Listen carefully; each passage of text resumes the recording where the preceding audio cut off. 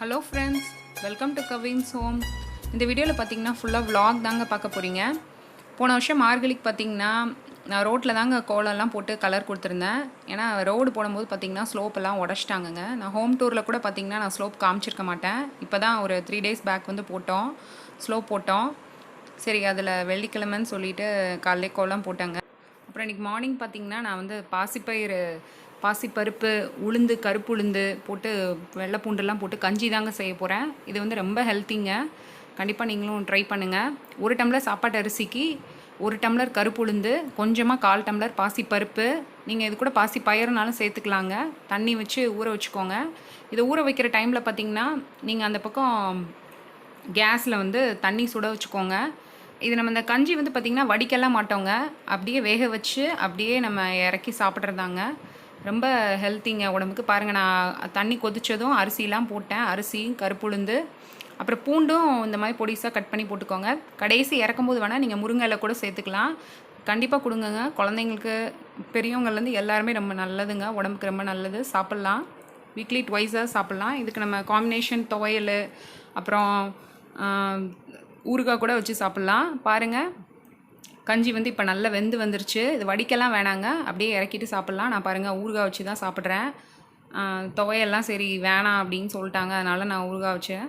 சரி, இப்போ அடுத்து பாருங்கன்னா நான் வந்து உருளைக்கிழங்கு மசால் செய்ய போகிறேன். இந்த மாதிரி செஞ்சு பாருங்கள், கண்டிப்பாக எல்லாம் குழந்தைங்களும் விரும்பி சாப்பிடுவாங்க. அரை தக்காளி, 2-3 தேங்காய் சில்லு, ஒரு சின்ன துண்டு இஞ்சி, பூண்டு, 2 சின்ன வெங்காயம், ஒரு 6 உருளைக்கிழங்குங்க. நல்லா வேக வச்சு குக்கரில் வேக வச்சு எடுத்துக்கோங்க. 4 பேர் சாப்பிட்லாங்க. அடுப்பில் கடாயை வச்சு அதில் வந்து சோம்பு, சின்ன வெங்காயம், கருவேப்பிலை போட்டு தாளிச்சுக்கோங்க. இது தாளித்ததும் நீங்கள் என்ன பொடியோ அந்த பொடி, மிளகா பொடியோ அந்த பொடி சேர்த்துக்கோங்க.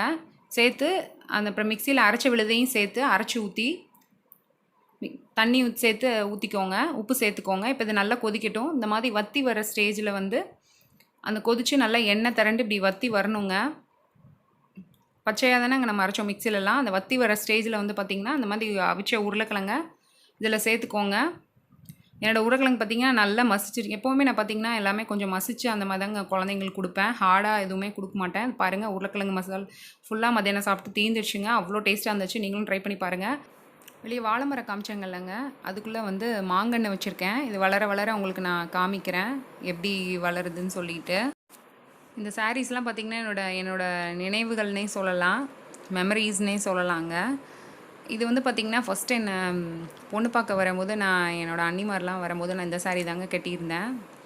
இது வந்து பார்த்திங்கன்னா ஹாஃப் பார்டர் மாதிரி வரும். 2 டபுள் சைட் பார்டர் தான். ப்ளவுஸ் பீஸ் வந்து பார்த்திங்கன்னா அந்த தேன் கலர் தாங்க இருக்கும். அப்புறம் இது வந்து பார்த்திங்கன்னா ஹஸ்பண்டு அப்போ அவங்க ஃபஸ்ட்டு அண்ணி வந்தாங்க, அதுக்கப்புறம் இவங்க ஹஸ்பண்ட் வந்தப்போ அப்போ கட்டியிருந்த புடவைங்க அது. இது வந்து பார்த்திங்கன்னா வீட்டுக்கு ஒருத்தவங்க செட்டிநாடு காட்டன் சில்க்குன்னு சொல்லி விற்றுட்டு வந்தாங்க, அப்போ வாங்கினோம். இது வந்து பார்டர் இந்த மாதிரி காட்டன் சில்க்கு தாங்க. சாஃப்டாக இருக்குல்ல, நல்லா இருக்குல்ல, கலர் காம்பினேஷன் ரொம்ப பிடிச்சிருந்ததுங்க. அப்புறம் இந்த சாரீ வந்து பார்த்திங்கன்னா என்னோடய என்கேஜ்மெண்ட்டுக்கு எடுத்த சாரீங்க. கோவில்பட்டியில் தான் எடுத்தோம். கோவில்பட்டி தான் ஹஸ்பண்டோட ஊர். இது வந்து பார்த்திங்கன்னா திப்பட்டி கலர்னு சொல்லுவாங்கல்லங்க, அந்த அந்த பட்டு சாரீ. பாருங்கள், இடையிடையே ஸ்டோன்ஸ்லாம் வச்சுருக்காங்க. முந்தானை வந்து ஃபுல்லாக அந்த மாதிரி கோல்டன் பார்டர் மாதிரி, எல்லோயிஷ் கோல்டன் அந்த மாதிரி பார்டரு. இது வந்து குஞ்சன் வச்சு கொடுத்துட்டாங்க. பட்டு சாரீங்க அது. இதுதான் என்கேஜ்மெண்ட்டுக்கு எடுத்தது. எங்களுக்கு மேரேஜ் வந்து பார்த்திங்கன்னா 2012 ஆகஸ்ட் 30th தாங்க நடந்துச்சு. அன்றைக்கி தான் நான் யூடியூப் சேனலும் ஓப்பன் பண்ணேங்க. ஆகஸ்ட் 30th தான் ஓப்பன் பண்ணேன், போன வருஷம் ஆகஸ்ட் 30th.